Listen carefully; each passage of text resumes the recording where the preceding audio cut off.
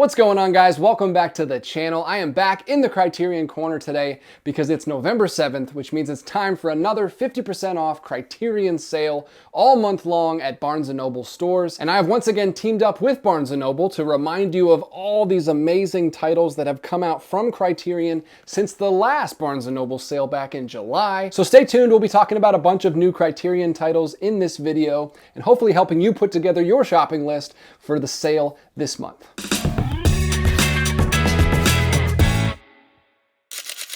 All right, guys, let's talk Criterion. It's only been 3 months since the last Criterion sale at Barnes & Noble, but we've already got a big old stack here of new releases to talk about. First, let's dive into the details of the sale. For anyone who is not familiar, Barnes & Noble does 2 Criterion sales every year, one in July and one in November. It runs all month long. It starts today, like I said, November 7th, and runs all the way to December 7th. So you've got plenty of time to get those Christmas Criterion wish list items for your collecting friends. It will be covering all Criterion titles, both in store and online. So even if you don't have any Barnes & Nobles near you, you can shop online and everything will be 50% off, including box sets and even including the big giant Wes Anderson box set that just came out last month. That will only be online though. That will not be in stores. So if you want to grab that one for 50% off, it's a great deal. 10 4Ks in one set. I've already done a video on that on the channel, so make sure you check that one out too if you haven't. But that's everything I gotta say. Let's go ahead and dive into some titles over here, starting with this one. This is one of my favorite movies. Came out in 2021. It is Nightmare Alley. Just got a brand new 4K digipack from Criterion. This is Guillermo del Toro's film that he made right after Shape of Water, and man, is this a good movie. I just rewatched this week when this came in the mail. Love the artwork on this. And this is not only, a really nice 4K release, this also has a never before seen extended black and white cut. Guillermo wanted to make this movie in black and white originally. He wasn't able to. The studio wanted it in color, but he has now put out his version of the film in black and white, and he's also taken that opportunity to extend the film out a little bit, slow it down, make it feel a little bit more like a classic black and white film. He's got a wonderful new commentary on this disc and some featurettes with Bradley Cooper and the other co-writer of the film. Of course, you've got your booklet in there, a little pamphlet with some essays on the film. It is a 4K and a Blu-ray. You've got 2 Blu-ray discs and 2 4K discs, both with theatrical and extended cuts. A beautiful release from Criterion. Probably gonna make my favorite of the year list because I really enjoyed watching through that one. We've also got some other digipack titles that are coming out this month, including this classic that I have never seen, and I'm very excited to dive into this. There are several in this stack that I haven't seen, so I will be doing some follow-up videos throughout the month after I've had time to watch through them and giving more details. This will just kind of be a rundown of what's coming out or what has come out so I can remind you guys so you can add them to your shopping list for this month. This is Spinal Tap. All the way back to Spine number 12. This is a very early Criterion release, all the way back in the DVD days, and it just got a brand new 4K upgrade, 4K Blu-ray combo pack. Nice chunky box, just like the Nightmare Alley release. Look at that artwork on the inside. There it is. This is Spinal Tap. Of course, you've got your booklet, and this one has your 3 discs in there. Another release that people are very excited about, including my wife. So we're actually going to pop this in tomorrow night. She is very excited to watch this movie.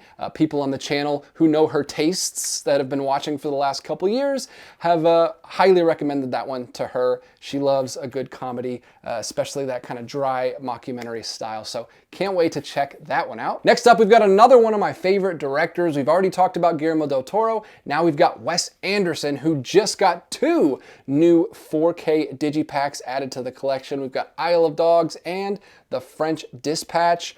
This is one of my personal favorite Wes Anderson movies. This is top 3 for me. This is also from 2021, just like Nightmare Alley, and it is a beautiful digipack release.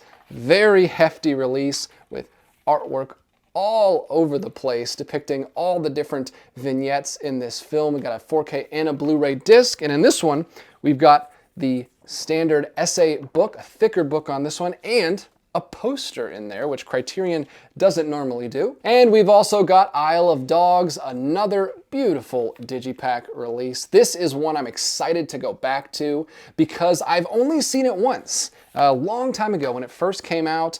I don't remember it very well, so I'm hoping to have a great experience when I rewatch that one. And that's the first time that has ever been on 4K, not just from Criterion, ever. Same thing with French Dispatch. Those did not get 4Ks originally. And then we had another animated movie join the collection recently. Not dogs this time, but a cat. We've got Flo right here, winner of Best Picture last year, with another beautiful release. They're knocking it out of the park with these digipacks. Some people don't like the digipacks. I am a huge fan. This is brand new from last year, 3-disc 4K Blu-ray set for Flo. I unfortunately missed this last year. It wasn't really playing around me very long in theaters. And as soon as I found out that Criterion was adding this to the collection, I was like, I'm just gonna wait until they drop their release so I can watch it in beautiful 4K on physical media. We also had some darker movies added to the collection recently. Both of these came out in October, starting with A History of Violence from David Cronenberg, starring Viggo Mortensen. This is another one that I've wanted to check out for a long time, and I was very excited when Criterion announced this recently. You got some very unique artwork there on that one with the coffee shop receipt. This is one that a lot of people are excited about, so let me know in the comments if you've seen this one. Let me know your thoughts. Don't spoil anything, but I want to know if you're excited for that one. And then we got another fan favorite release in October for another cult classic director. This is a 4K release of Altered States from Ken Russell. Really gnarly looking cover art on this one. Everything about this one sounds interesting. I was hoping to catch it while I was still in my spooky October watching mood, but it is now November, but I'm still gonna make time to check out Altered States. And we had another return to the collection from the DVD era. This was 2 films, a little double feature here from Kon Ichikawa. We had Fires on the Plain and the Burmese Harp. These were earlier titles, spine number 378 and 379, and now they both have 4K Blu-ray combo packs back in the collection with that matching artwork, the same artwork that they used before. Some beloved Japanese wartime films from 1956 and 1959. And then we have one that I'm very excited about. You may have seen the video where we talked about the announcements for this one when it came out.